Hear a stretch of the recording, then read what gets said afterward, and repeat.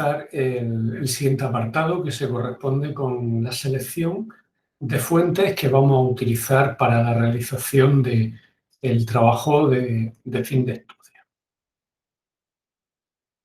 La búsqueda de información y de bibliografía es un apartado fundamental para dotar de solvencia al trabajo de investigación que se va a llevar a cabo. Dentro de los recursos de los que podemos hacer uso, podemos destacar pues, los artículos científicos que tengan que ver o que desarrollen la materia que hemos elegido, los libros que traten también sobre esa materia, comunicaciones científicas que hayan tratado la cuestión en el ámbito de los congresos, ponencias que en un momento dado hayan desarrollado esa materia elegida, blogs científicos, debiendo aquí realizar una criba y no recurrir a cualquier tipo de blog, sino aquel que venga respaldado por una firma autorizada, por un autor que tenga prestigio en el ámbito científico. También, lógicamente, por revistas especializadas. Hay que tener en cuenta que una adecuada selección de lecturas que tengan relación con el tema resulta absolutamente crucial. Por una razón básica, nuestro trabajo, para que tenga sustento, tiene que aparecer respaldado por el estudio previo de trabajos que hayan obtenido reconocimiento científico en el área de que se trate. La simultánea selección de citas, conforme se vaya buceando en todos esos materiales, y las referencias bibliográficas adecuadas aportarán un plus de calidad y de solvencia al trabajo de fin de estudio. Por otra parte, deben de constituir la base a partir de la cual se elabore todo el trabajo posterior. A la hora de filtrar las fuentes, hay que tener presente que con excesiva frecuencia se abusa de los buscadores. Es decir, se introducen términos a través de buscadores como Google, en los que pues, se busca información relacionada con la materia que es objeto de estudio. Hay que tener mucho cuidado en ese sentido porque ese uso indiscriminado nos puede poner al investigador frente a una avalancha de información en la que difícilmente podrá discriminar aquella que vale y aquella que no vale si no se buscan criterios solventes para discriminar. Igualmente, la Wikipedia, pues, en principio, es una fuente de información muy genérica, pero la base de la misma no está contrastada, con lo cual no es una fuente fiable para buscar información. Igualmente, la que pueda proceder de Google debe ponerse un tanto en cuarentena. Observar en cualquier caso que a veces se pueden encontrar artículos científicos en abierto añadiendo a los criterios de búsqueda el símbolo PDF. Muchos artículos en ese formato pues se comparten en abierto, con lo cual es probable que por esa vía se puedan encontrar, siempre que, lo que pasa es que este criterio de búsqueda tiene su cierto riesgo, siempre que se pueda verificar la veracidad de ese trabajo. Hay que tener mucho cuidado con los blogs que no estén respaldados, no sean solventes, que obviamente estamos en un mundo donde la información pues, desborda cualquier tipo de previsión y cualquiera para hacerse visible pues, desde el punto de vista profesional, por ejemplo, o científico, incorpora información en ocasiones no contrastada a través de los blogs, con lo cual hay que tener un cuidado especial. Hay que tener también cuidado con las fuentes terciarias que sintetizan o resumen. Pensemos, por ejemplo, pues, un trabajo que aparece colgado en la red. Bueno, pues ese trabajo pues, puede haberlo realizado, si no nos consta quién lo ha realizado, si se trata de una persona solventa, obviamente hay que ponerlo en cuarentena. Desde luego también, si se trata de fuentes terciarias, que lo que hacen es un extracto o resumen de la opinión de aquel que nos interesa, de la fuente original, pues obviamente deja de tener solvencia esa fuente, con lo cual hay que intentar irse a la fuente directa para poder analizarla sin que aparezca interpretada o descrita por un tercero. A la hora de la comprobación de la fiabilidad de la fuente, se exige la verificación de la autoría de los trabajos referidos. ¿Quién firma el trabajo o el informe? Es algo fundamental. Seleccionar también los trabajos traídos de fuentes primarias, donde nos conste que sea el autor que buscamos aquel que ha hecho efectivamente el trabajo, no otro, un tercer autor que hace una referencia a lo que quiso decir o al trabajo que elaboró el autor al que vamos buscando. También es muy relevante buscar fuentes de actualidad. En esto tiene mucho sentido la confusión que se provoca en muchas ocasiones cuando se recurren a fuentes porque tienen 2 o 3 décadas de antigüedad. Obviamente, si buscamos un soporte del pensamiento, digamos, clásico en la doctrina, pues existe la posibilidad de que se pueda recurrir a alguna fuente que sea ampliamente reconocida, aunque tenga algo de digamos, trayectoria o antigüedad. Sin embargo, el grueso del trabajo obviamente debe de ser de artículos recientes que hayan tratado la materia. Obviamente esto será así, salvo que en un momento dado el estudio sea un ensayo de tipo histórico. Obviamente, en ese supuesto, por definición, lo que hay que hacer es una trayectoria histórica de la materia tratada.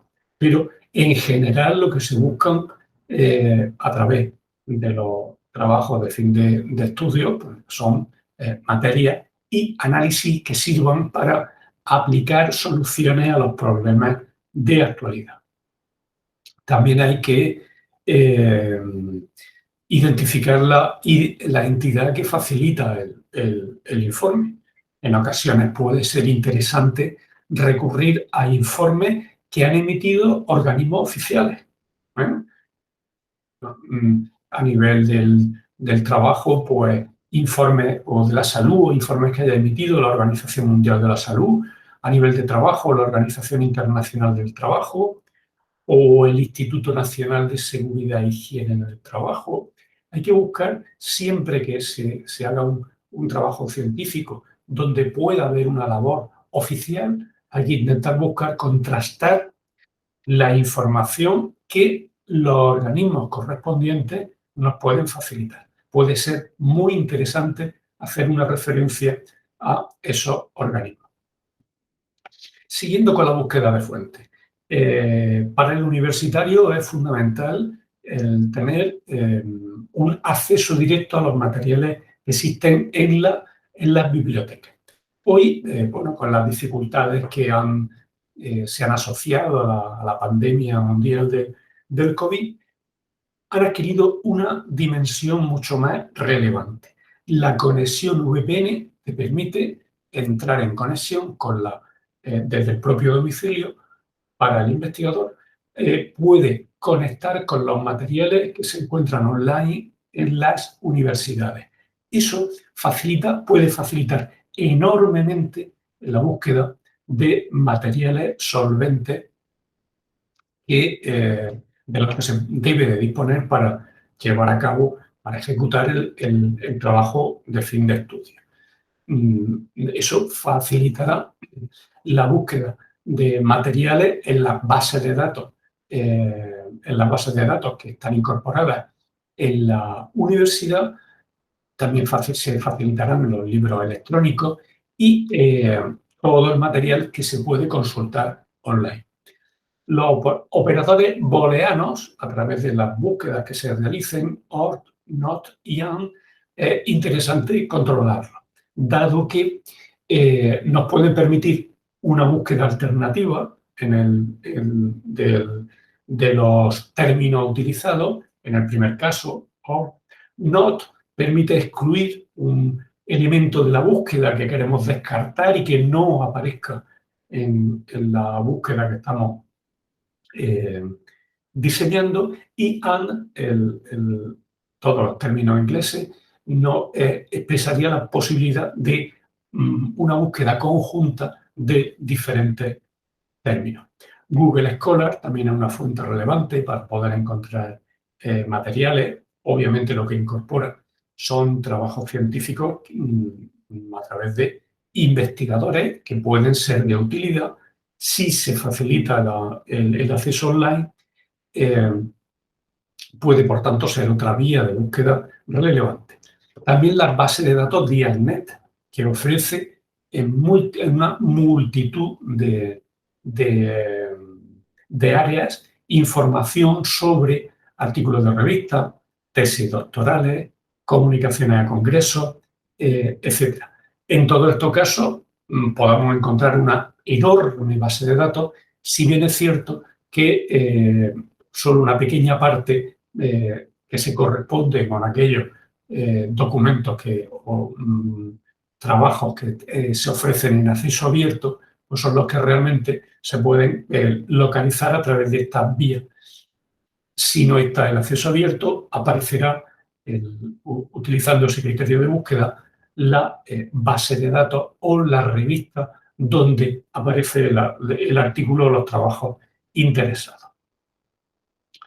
A la hora de recopilar la información es necesario hacer una selección de aquella que puede interesar. Obviamente, cuando se hace una búsqueda genérica, pueden aparecer trabajos que puedan ser de mucho interés. Eso habría que tenerlo pues, bien a buen recaudo. Y luego habrá algunos pues, que surja la duda de si pueden ser o no útiles. Es necesario tener un archivo físico, si se ha conseguido el tener acceso material a las revistas o a los libros, pues en ese caso pues, se pueden guardar, o ahora mucho más frecuente a la hora de realizar la investigación, tener un archivo informático. Dentro del disco duro personal del investigador, pues se pueden crear carpetas con apartados donde se puedan clasificar los documentos encontrados para el trabajo. A la hora de ir avanzando en la lectura y en el examen de los materiales de que se trata, es conveniente ir anotando las referencias o citas bibliográficas. ¿Por qué digo esto?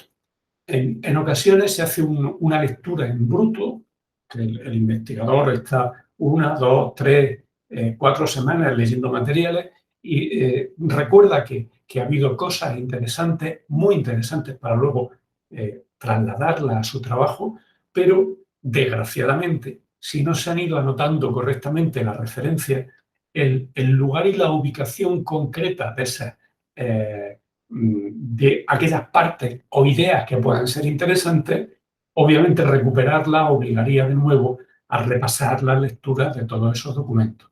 Por tanto, se deben de ir extrayendo las ideas referentes, las argumentaciones clave, indicando la referencia para poder localizarlas con facilidad.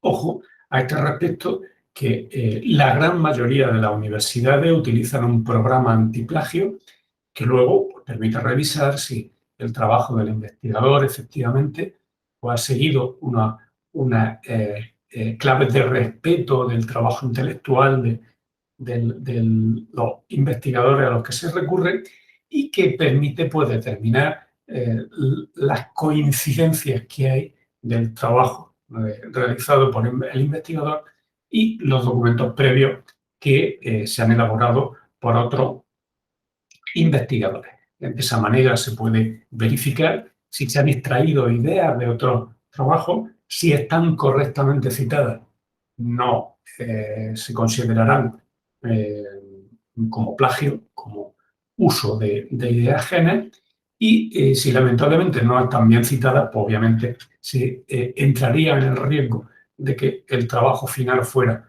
desechado por haber incurrido en el plagio. A la hora del uso de la cita científica hay que tener en cuenta pues, que cualquier modalidad de trabajo académico pues, es una necesidad ineludible, necesita argumentos, necesita opiniones, necesita teorías o planteamientos que otros autores han desarrollado. Un trabajo científico se nutre de toda esa información.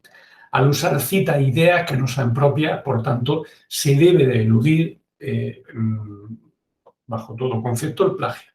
Si se recurre a la cita textual, el texto que se transcribe debe de aparecer entrecomillado, indicando a continuación la fuente de la que se ha extraído la información citada a la finalización del texto transcrito. Una de las cuestiones también que se debe de evitar es el lenguaje tesina. El lenguaje tesina consiste en una conducta no excesivamente valorable en la que el trabajo consiste en una acumulación o entrelazado de citas que tienen un valor muy relativo y que solo dejan de manifiesto cuando el trabajo aparece con un predominio absoluto de esas citas, lo único que traducen es la falta de pensamiento crítico, la falta de capacidad para elaborar un trabajo propio con criterios personales. La documentación que se utilice debe seleccionarse a través de su contrastada relevancia y calidad científica. Por tanto, hay que tener especial cuidado a la hora de que los autores seleccionados pues, tengan una cualificación adecuada. Para poder verificar si la bibliografía seleccionada es relevante a la hora de encajar con la temática elegida, se puede atender a diferentes criterios. Es decir, hemos seleccionado un artículo, por ejemplo, o un libro, podemos examinar el título de cada una de las fuentes seleccionadas. Si tiene o no tiene relación con nuestro trabajo, pues obviamente será admisible. Si no lo tiene, pues habría que desecharlo. También podemos, si no está del todo claro a través del título, poder recurrir al resumen o actas del artículo. En el resumen o actas se describe cuál es el contenido esencial de cada trabajo. Ahí podemos indagar acerca de si ese artículo que hemos seleccionado nos vale o no nos vale. Si no tiene relación con aquello que vamos a tratar, pues se trataría, entre comillas, de tiempo perdido. Por lo tanto, cabe centrarse en aquellos trabajos que tengan una relación más directa con el trabajo que hemos seleccionado. También la introducción y las conclusiones del trabajo seleccionado. Si tenemos dudas acerca de si el trabajo o el artículo que hemos seleccionado nos va a servir o no, pues normalmente en la introducción y en las conclusiones vamos a tener una descripción importante de cuál es el contenido que se va a desarrollar. De ahí podemos extraer la información suficiente para poder concluir si ese artículo o capítulo de libro nos vale o no nos vale. Si nos vale, lo leemos. Si no nos vale, lo guardamos y lo dejamos en un segundo plano. También hay que tener presente que necesariamente una parte importante del trabajo tiene que apoyarse en publicaciones realizadas en revistas o en editoriales de impacto. Si no es así, la solvencia científica que puede tener el trabajo, obviamente, decae. También ha de tratarse de autores de prestigio. Si recurrimos a autores pues, que no son conocidos, que no tienen solvencia, pues obviamente el trabajo también perderá calidad automáticamente. En sentido contrario, tendrá más valor si la solvencia de las fuentes, cuantas más mejor se utilicen, en ese caso el trabajo tendría más valor.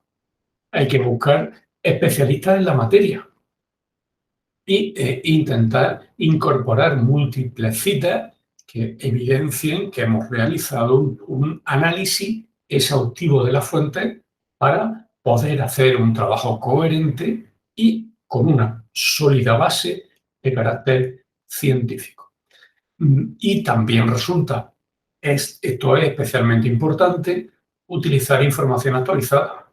Hay quien ha recurrido a un manual de hace 15 años y resulta pues, que el extracto de la investigación de qué se trata se ciñe a ese tiempo.